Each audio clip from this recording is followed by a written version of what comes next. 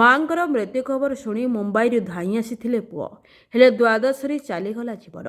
ଗଞ୍ଜାମ ଜିଲ୍ଲା ସାନଖେମୁଣ୍ଡି ବ୍ଲକ ତିତିଖଣ୍ଡି ଗ୍ରାମରେ ଏଭଳି ଏକ ହୃଦୟ ବିଦାରକ ଘଟଣା ଘଟିଛି। ସୂଚନା ଅନୁସାରେ ପି ସରୋଜିନୀଙ୍କ ମୃତ୍ୟୁର ଦ୍ୱାଦଶରେ ଗୁରୁବାର ସନ୍ଧ୍ୟାରେ ପୁଅ ପି କୈଳାସ ପାତ୍ରଙ୍କ ମୃତ୍ୟୁ ହୋଇଛି। କୈଳାସଙ୍କ ପୈତୃକ ଘର ଗୌତମୀ ଗ୍ରାମରେ। ତିତିଖଣ୍ଡି ଗ୍ରାମରେ ରହୁଥିବା ତାଙ୍କ ଅଜା ଏନ୍ ରଘୁନାଥ ନିଃସନ୍ତାନ ଥିବାରୁ ନାତି କୈଳାସଙ୍କୁ ପୋଷ ପୁଅ ଭାବରେ ଗ୍ରହଣ କରିଥିଲେ। କୈଳାସ ମହାରାଷ୍ଟ୍ରର ମୁମ୍ବାଇରେ ପରିବାର ସହ ରହି ସେଠାରେ କାମ କରୁଥିଲେ। ମାଙ୍କ ମୃତ୍ୟୁ ଖବର ପାଇ ଗାଁକୁ ଫେରି ଆସିଥିଲେ। ସେ ଅସୁସ୍ଥ ଥାଇ ମଧ୍ୟ ମାଙ୍କ ଶୋଧକ୍ରିୟା କରିଥିଲେ। ଗୁରୁବାର ତାଙ୍କ ଶୋଧକ୍ରିୟା ଭୋଜି ସରିଥିଲା। କୈଳାସଙ୍କ ସ୍ତ୍ରୀ ଓ ଦୁଇ ଝିଅ ପୁଅ ଅପରାହ୍ନରେ ଟ୍ରେନ୍ ଯୋଗେ ମୁମ୍ବାଇ ଫେରୁଥିଲେ। ଅସୁସ୍ଥତା କାରଣରୁ ସେ ଚିକିତ୍ସା ହୋଇ ସୁସ୍ଥ ହେବା ପରେ ମୁମ୍ବାଇ ଫେରିବା ପାଇଁ ସ୍ତ୍ରୀଙ୍କୁ କହିଥିଲେ।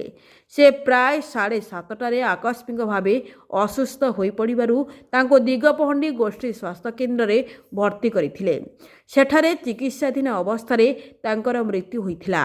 ଖବର ପାଇ କୈଳାସଙ୍କ ସ୍ତ୍ରୀ ଝିଅ ପୁଅ ଆନ୍ଧ୍ରପ୍ରଦେଶ ପଲସା ରେଳ ଷ୍ଟେସନରୁ ଗାଁକୁ ଫେରିବା ପରେ ଶୋକାକୁଳ ପରିବେଶ ମଧ୍ୟରେ ତାଙ୍କ ଶେଷକୃତ୍ୟ ସମ୍ପନ୍ନ ହୋଇଛି। ବ୍ୟୁରୋ ରିପୋର୍ଟ, ବିକଳ୍ପ ସମାଚାର।